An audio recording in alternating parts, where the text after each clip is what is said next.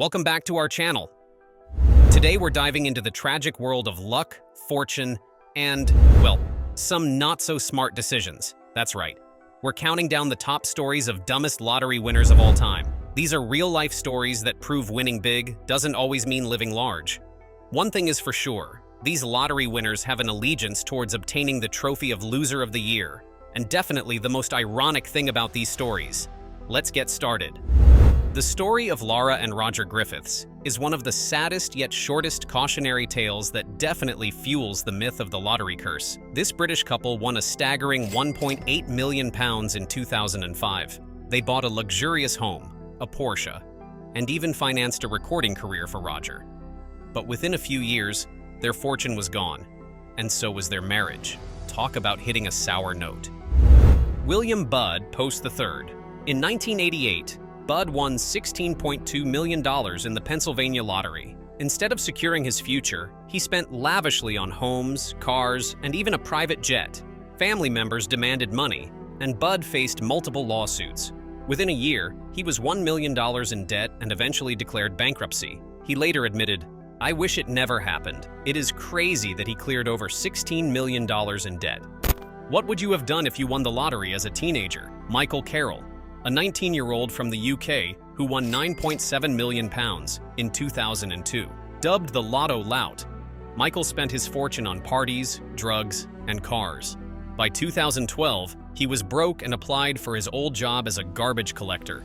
Easy come, easy go. Imagine going from a millionaire to a garbage collector? At least he didn't die. Another not-so-lucky lottery winner who at least didn't die is Evelyn Adams. She defied the odds by winning the New Jersey lottery twice, in 1985 and 1986, totaling $5.4 million. Unfortunately, she gambled much of it away in Atlantic City and made poor investments. Today, she's reportedly penniless and living in a trailer. She won twice and still couldn't break the lottery curse. Once known as New Jersey's most lucky woman, she clearly was not so lucky after all. The next heartbreaking story is Alex and Rhoda Toth. In 1990, this Florida couple won $13 million. They opted for annual payments, but quickly spent their first installment on a new house, cars, and lavish gifts. Their spending habits led to bankruptcy, and they faced legal issues for tax evasion. By 2006, they were living in poverty, with Alex passing away before their court case concluded. Halfway through our list is Suzanne Mullins. She won $4.2 million in the Virginia lottery in 1993. Opting for annual payments, she borrowed heavily against her future payouts. Mounting debt and interest rates consumed her winnings, and by 2004, she owed $154,000 and was unable to make payments. What is it with lottery winners and being in debt right after winning the lottery? Getting money and donating to rich folks is exactly the kind of BS a newbie rich person would do. Janite Lee, a South Korean immigrant who won $18 million in 1993. She generously donated to political and educational causes, which led to meetings with prominent figures, including Bill Clinton. However, her charitable giving, combined with gambling losses, led her to file for bankruptcy in 2001, with only $700 left in her bank account. Could she have been jinxed? From $18 million to less than $1,000 in the bank? Sounds like the work of a hex bag placed underneath the kitchen sink by a witch. Another very unfortunate victim is Gerald Muswagon from Canada. In 1998, he won a $10 million jackpot. Gerald spent his winnings on parties, cars, and gifts for friends.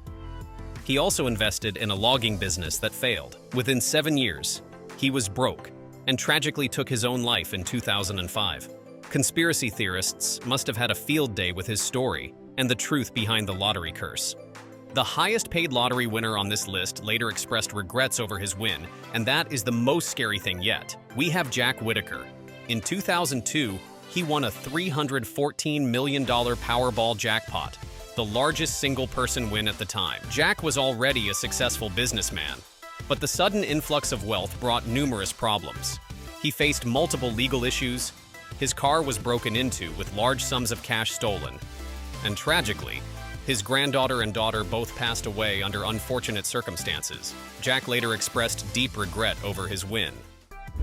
Luck can sometimes find you at a time when you are not ready for it, and the results can be catastrophic. This is the story of Callie Rogers. In 2003, At just 16 years old, Callie became the UK's youngest lottery winner, scooping up £1.9 million. She spent her fortune on designer clothes, parties, cosmetic surgeries, and gifts. By 2013, she was broke and had faced multiple personal challenges. Callie has since called for the minimum age for lottery participation to be raised to 18. Let's be honest, if you won $2 million as a teen, you'd most likely spend it on candy. And just like in Callie's case, she allegedly spent $250,000 on drugs. Urooj Khan may have rejected winning the lottery if he had known he would be murdered 24 hours later. Urooj Khan, a Chicago resident, won $1 million in 2012, but tragically died the day after claiming his prize. An autopsy revealed he was poisoned with cyanide. The case remains unsolved, but it's a chilling reminder that sudden wealth can attract deadly envy. The lore of the lottery curse is clearly just human beings being themselves, weak, reckless, and very dangerous. The key lesson here is lottery winnings can bring not just problems, but danger. Previous lottery winners who died after announcing their wins may have made you think secrecy is the better option. Unfortunately, this story still ended in tragedy, despite the winner's attempt at secrecy. Ibi Roncaioli won $5 million in Canada, but her spending habits were hidden from her husband. She secretly gave away much of the money to her child she had outside of her marriage, leading to a violent confrontation. Her husband poisoned her, and he was later convicted of manslaughter. He only got 7 years in prison for her murder. It would seem that not even your spouse might be rooting for you when it comes to money. Denise Rossi won $1.3 million, but didn't tell her husband, filing for divorce shortly after to keep everything to herself. However, her husband found out, sued her, and was awarded every penny. Denise's attempt to keep her fortune a secret cost her everything. Just like with Roncaioli, secrecy isn't the best policy either, and that begs the question: what might be the best approach to preserving lottery winnings and your life while at it? This winner didn't even win millions, and yet she was still guilty of overspending. Vivian Nicholson famously declared she would spend, spend, spend, after winning £152,319 in 1961. True to her word, she splurged on luxury items, cars, and vacations. Within a few years, Vivian was broke and living on welfare. This story is nothing short of diabolical. The poetic justice of this particular case is the very tragic case of the lottery curse happening to a man, Shakespeare, who was murdered by his girlfriend after winning the lottery. Abraham Shakespeare won $30 million, but soon fell victim to manipulation. Dee Moore befriended him, gained control of his finances, and eventually murdered him. She not only took advantage of his illiteracy and had him sign over everything to her before killing him, she also had him sign over every debt he was owed to her. This tragic story highlights the dangers of predatory relationships after sudden wealth. And there you have it, the dumbest lottery winners of all time. These tragic stories have fueled the myth behind the lottery curse, but they serve as important lessons for anyone dreaming of a big jackpot. Winning the lottery isn't just about the money, it's about the decisions you make after. Thanks for watching, and don't forget to like, subscribe, and share your thoughts in the comments below.